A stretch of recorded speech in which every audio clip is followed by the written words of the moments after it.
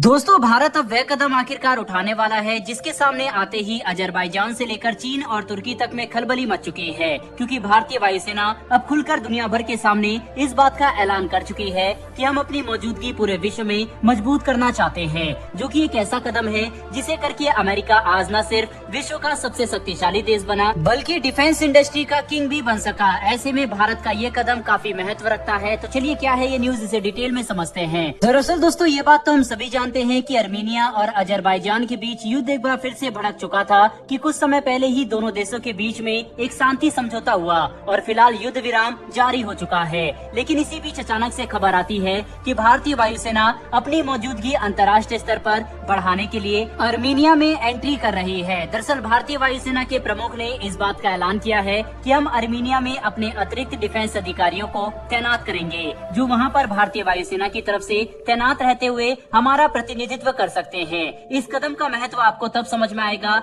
जब हम आपको बताएंगे कि दूसरे देशों में किसी भारतीय डिफेंस अधिकारी का होना कितना महत्व रखता है। दरअसल भारत आर्मीनिया के अलावा स्पेन और आइवरी कोस्ट में भी अपने अतिरिक्त डिफेंस अधिकारी तैनात करने वाला है, जो वहाँ पर डिफेंस एक्सपोर्ट को लेकर बातचीत करेंगे। और जब भी इन देशों के साथ कोई डील होनी होगी, तब यही अधिकारी नेतृत्व करते हुए उस देश के साथ हमारा कनेक्शन मजबूत करेंगे, जिससे डील की शर्तें तेजी से आगे पूरी की जा सकेगी और भारत डिफेंस एक्सपोर्ट में मजबूत देश के तौर पर सामने आ सकेगा। पर जो बात सबसे ज्यादा महत्व रखती है वह है इस खबर की टाइमिंग। और जिस देश में भारत अपने अधिकारी तैनात करने वाला है, आर्मीनिया एक ऐसा देश है जिसे लेकर पहले ही तुर्की और पाकिस्तान भारत के खिलाफ खड़े हो चुके हैं। साथ ही अजरबैजान भी आर्मीनिया और भारत के संबंधों को देखकर खुश नहीं है और वह कश्मीर मुद्दे पर पाकिस्तान का समर्थन तक कर चुका है। दोस्तों, आपको बता दें कि आर्मीनिया ने युद्ध विराम का निर्णय एक ऐसे समय पर लिया जब भारत लगातार आर्मीनिया को एडवांस हथियारों की सप्लाई कर रहा है, जिसमें रॉकेट लॉन्चर से लेकर एंटी टैंक मिसाइल और आर्टिलरी सिस्टम शामिल है। साथ ही भारत आर्मीनिया की वायुसेना के पास मौजूद सुखोई विमान को लेकर ट्रेनिंग, मेंटेनेंस और अपग्रेड का भी ऑफर कर रहा है।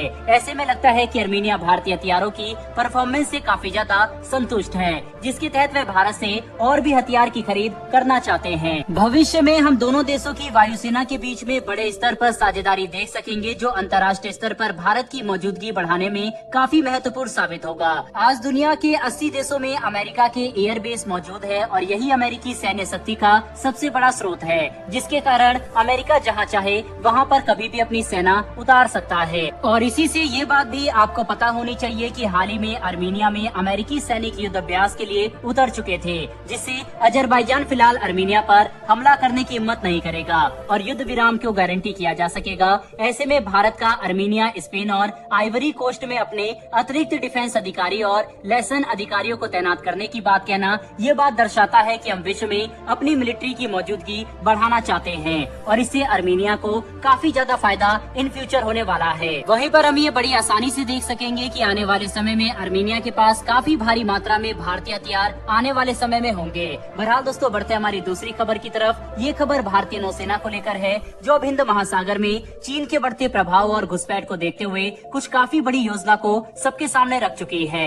दरअसल हम सभी ने देखा है कि कैसे कुछ समय पहले चीनी नौसेना का एक रिसर्च वेसल मलक्का स्ट्रेट में पहुंचा था, जो श्रीलंका के 2 बंदरगाह हम्बनटोटा और कोलंबो में जाकर रुकेगा। साथ ही ये जहाज 80 दिनों तक हिंद महासागर में रहकर रिसर्च एक्टिविटी को अंजाम देने वाला है, जो कोई पहली घटना नहीं है। ऐसे में भारतीय नौसेना हिंद महासागर में अपने दबदबे को बनाए रखने के लिए ऐतिहासिक सबमरीन बिल्डिंग प्लान को सामने ला चुका है। दरअसल दोस्तों, सामने निकल कर आ रही लेटेस्ट परियोजना से इस बात का पता चला है कि भारतीय नौसेना 2040 तक 21 की संख्या में बेहद advance next generation diesel electric पनडुब्बी को अपनी सेवा में शामिल करेगी, जिसके लिए प्रोजेक्ट 75I काफी महत्वपूर्ण होने वाला है। बड़ी बात तो यह है कि इस प्रोजेक्ट में जर्मनी और स्पेन 2 मजबूत कंटेंडर हैं, जिनमें से स्पेन में भारत अपने एडिशनल डिफेंस अधिकारी तैनात करने की बात पहले ही कर चुका है। वहीं पर आपको बता दें, फ्रांस के साथ कलवरी क्लास सबमरीन को लेकर भी भारत की साझेदारी तेजी से आगे बढ़ रही है, जिन्हें हम लोकल लेवल पर बना सकते हैं। इसके अलावा भारत परमाणु पनडुब्बियों पर भी काम कर रहा है, जिनकी संख्या को पूरी तरह से तो नहीं बताया जा सकता,